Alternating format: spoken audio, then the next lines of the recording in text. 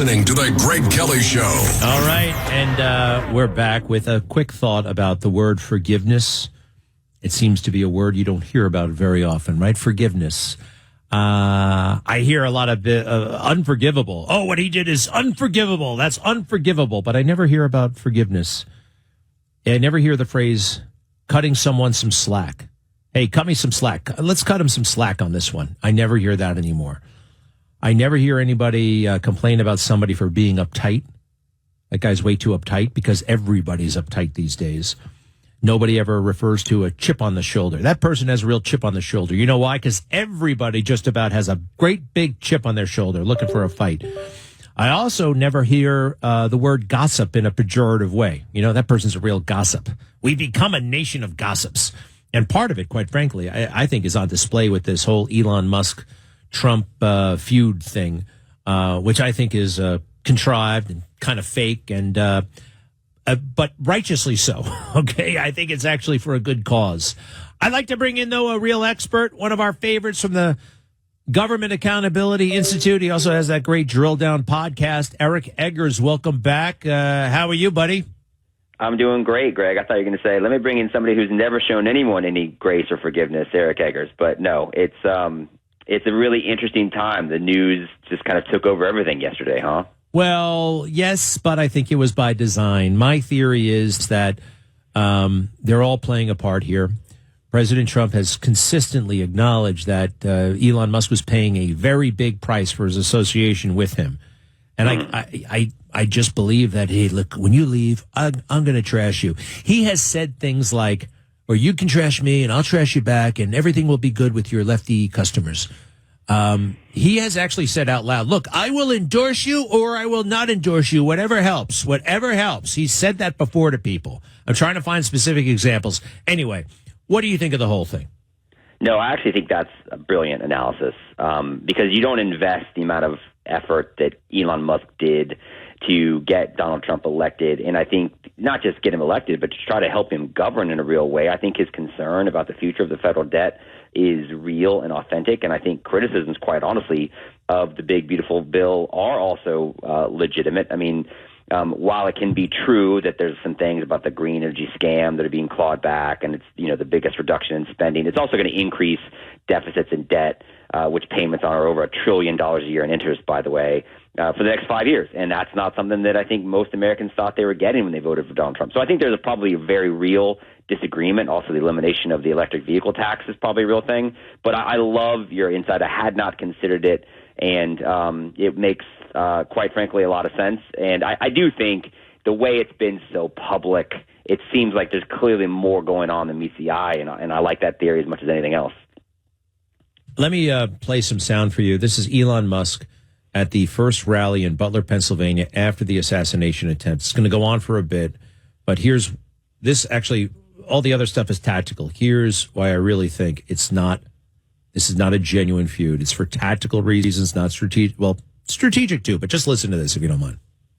American astronauts into space. Come here. Take over, Elon. Yes, take over.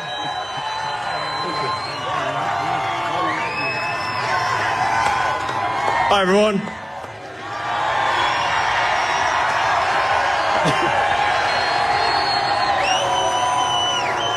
As you can see, I'm not just MAGA, I'm dark MAGA. Well, first of all, I want to say what an honor it is to be here. And, you know, the true test of someone's character is how they behave under fire. And we had one president who couldn't climb a flight of stairs, and another who was fist pumping after getting shot. All right, let me leave it at that. And then he goes on to say, look, everything's on the line here. The First Amendment, the Second Amendment. And he's talking broadly. He doesn't talk nitnoids about a reconciliation bill or anything like that, or EV mandates. He's talking about, you know, all the things that we know are very, very important, existentially so. This guy didn't lose sight of that overnight. That's the last thing I'll say on it. Thoughts? No, I think you're absolutely right. And I think that there are real challenges that the Trump administration is facing. I've spoken to people within the administration. I know you have too. And they're very honest about how much, you know, it's a big ship to turn around. And, people within the Department of Justice, you've seen the mass exodus of lawyers there, and you hear some reports about some infighting and how come people aren't getting as much done as they'd like to get done. I think that there are a lot of obstacles, and Elon Musk is private business. Both Elon Musk and Donald Trump are used to running their own businesses, right? They're used to being in total control, which is why Donald Trump loves executive orders as much as he does. I hope you're right. I think it makes a lot of sense. I do think whatever the issues are, I mean, for Elon Musk to put out the thing about the Epstein list, I thought was a little too on the nose. So I think that was probably the best evidence we have that, okay, this is for show as much as anything else. I think you're absolutely right. And I've even heard predictions that Elon Musk will return to the White House when this bill is signed. So it's in the news. Now they seem to be kind of feuding, and maybe there'll be some stuff, some sort of a reconciliation in a public way in the not too distant future. And look, President Trump can give as good as he got or whatever. I mean, he was the one. Remember, he tweeted, "Hey, was Ted Cruz's dad involved in the JFK shooting?" Just asking questions. So, look, maybe you can take us through this big, beautiful bill. Quite frankly, I'm sick of hearing about it, but I don't know budget stuff all that well. I don't want to know it all that well. It goes over my head. Reconciliate. I really don't care for this crap. But, however, there are some red lines that I have. And my understanding right now is this is a good thing. And it's going to pass overall, especially for the money for ICE and immigration. That we needed money for that. Just take us through it, if you don't mind. And where are you and where are we? Is this thing going to pass? Yeah, I think it will pass, and I think it's going to be, the best thing everybody hates, but they're also glad it got done. We actually had Chip Roy, the representative from Texas, on our podcast this week, and he did a very good job and a granular job of walking us through the parts of it that he likes, the parts of it he had to hold his nose and vote in spite of. For the first 5 years, it does increase spending. And, but the reality is that Congress is actually addicted to spending. Even Chip Roy, is part of his getting a yes. I think I saw it reported he got $12 billion in border security, which Governor Abbott had been asking for. So, I mean, everybody needs something, and that stuff costs money. And so, everybody's going to get something that costs money, and that all kind of goes on the credit card. And you can't do that plus tax cuts without it increasing deficit. So that's where they are. But they do think that eliminating the green energy stuff is a really big deal. They do have, I think, some of the Doge stuff. What he told us is there's $150 billion that's sort of in carve outs, and then there's another 9.2 in rescissions, 9.2 billion that they believe Donald Trump will be able to enact on his own. So they are making some moves to memorialize the Doge cuts. And I think it is going to pass. It's an increase in spending, but it's also an elimination of a lot of other bad stuff. And they seem to sort of think that on the whole, it's doing well, and they expect the Senate to make it much better. I know that people like Ron Johnson has said he's not going to vote for this thing. Rand Paul has said he's not going to vote for it in its current form, and they believe they have at least 4 who are willing to stand up and have, quite honestly, the political runway until they have to run for re-election. That they're going to force. They're going to pose a significant problem, enough that they're going to get some more stuff to be wins for them in the Senate, as Chip Roy did in the House. Well, all right. Well, let's go through it. Who else? There's Ron Johnson, Rand Paul.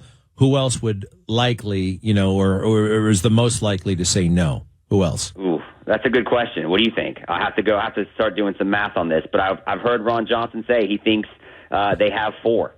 And so, you got him, you got Rand Paul. I've heard people say that before, though. They're always saying that, and they never really do. When they say that, they usually don't. And if it's 4, you're counting on 1 or 2 can be picked off. So I think we agreed. I think we agree that it's going to pass. It's just about how much more do they get done. And by the way, I think the reason why they will see more get done is because even the people in the House that voted for it said, we're going to vote for this under the condition, quite honestly, the expectation that we think that the Senate will drag it further to the right. So I think that you'll see more spending cuts, some additional language that they kind of caters more to the Republican base. Because to be honest, you can't. It's funny that we do the Epstein files thing because of Elon Musk's tweet, but I think that's still a not great look for the Department of Justice and Pam Bondi and Kash Patel and those guys, that you kind of talk about releasing it on day one, and now here we are. It's in June. and we sort of don't know anything else about it. And I think you can't go through as much as they went through with the Doge and the chainsaw and all the USAID stuff, and oh my gosh, I can't believe we're funding this, and then not come back with a pretty significant number, which everyone acknowledges there is that much waste, fraud, and abuse in the federal spending. So I do think you'll see more happen. But look, this is just how the process works, and it's messy, it's gross. There's a reason why you don't like it. It's quite frankly an unlikable thing, but it is unfortunately just the reality. Yeah, I know some of these guys. It's very easy to show up on Fox News and shoot your mouth off about the deep state, and you get there and oops. Wow, it's a lot harder than I thought, and there's that. Consider this, Greg. I mean, look at the provision in there about preventing states from regulating AI for the next decade. That didn't get in there on accident, and it didn't get in there on accident at the same time that Palantir and Peter Thiel and those guys are winning some significant contracts with the federal government. Elon Musk's departure, by the way, also occurs at a very interesting time as Palantir is making inroads in the White House. So I do think the forces are at work. Donald Trump's a big negotiator. He's very good at it, but he's talking to everybody. And so, he gives some and gets some. And I think it's going to be, the deep state is there for a reason. And it's really hard to get some of the stuff done that they've get done. To be honest, I think it's what makes what they have done so far as remarkable as it is, because when you consider just how strong the headwinds have been for what they've been fighting. Hey, one other thing. Where do you go? Where do you, Eric Akers, go to look at the big beautiful bill? I've seen there are various sub websites and things like that, and a lot of us rely on aggregators. But what do you recommend? Where do people go to really get a handle on the granular stuff? So I think, talking to, looking at the reporting that people who have been critical of it. See, I can't, I know, but I feel like I'm being spun. I want to see, is there access to the draft bill? On house.gov, we've seen some drafts of it, and that's where you see some of these provisions. You look at the different committees, because that's actually, the most important question I think we asked Chip Roy was, let's take this AI provision specifically, right? Where does this provision come from? This seems like a specific carve-out for a very important industry. Who put it in there? Which staffer, which lobbyist, how does it get there? And even Chip Roy was like, so AI, which committee is that going to be on? But, this thing is this big conglomeration of all these different committees, and so everybody has a hand in it. And so it just speaks to what you're speaking to is, here's why Washington is as broken as it is, because you're like, hey, I want to see, this thing's going to cost trillions of dollars, and I want to know what's in it, how it's in it. I want to see the different forms of it, and it's incredibly hard to get it. There is a total lack of transparency when it comes to these things. It's very challenging. So actually, I thought the conversation we had with Chip Roy, was why I want to talk to as many members of Congress and as many people as involved in the process as we can, because I think that's actually the best source of information. Otherwise, I do think you're right. Otherwise you probably are getting spun, and it's where screenshots of the actual bill and the legislation are so important, or accessing the language specifically. But even that, Greg, you're a lawyer. Reading these bills is incredibly complicated. Well, I'm not a lawyer. You're not a lawyer? No, you thought I was a lawyer? I'm impressed. Because I think, law enforcement, lawyer. No. But the laws are written in such a way, and that I think deliberately arcane to keep people in the dark and to keep lawyers in business.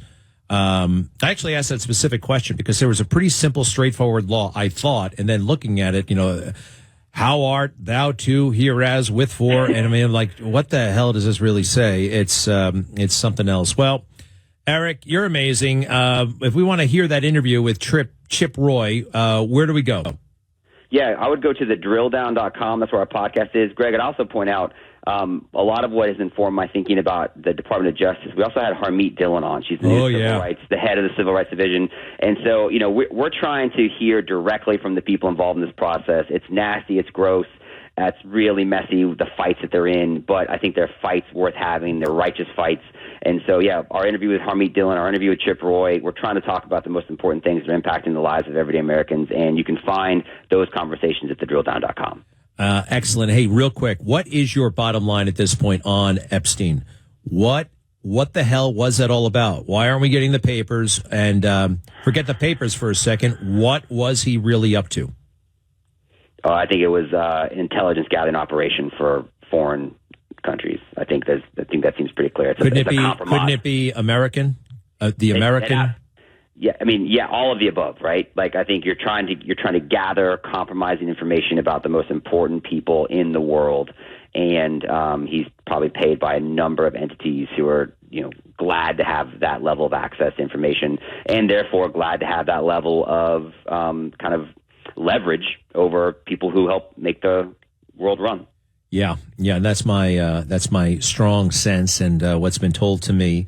And part of why they couldn't put the papers out, America wants leverage over some of these people.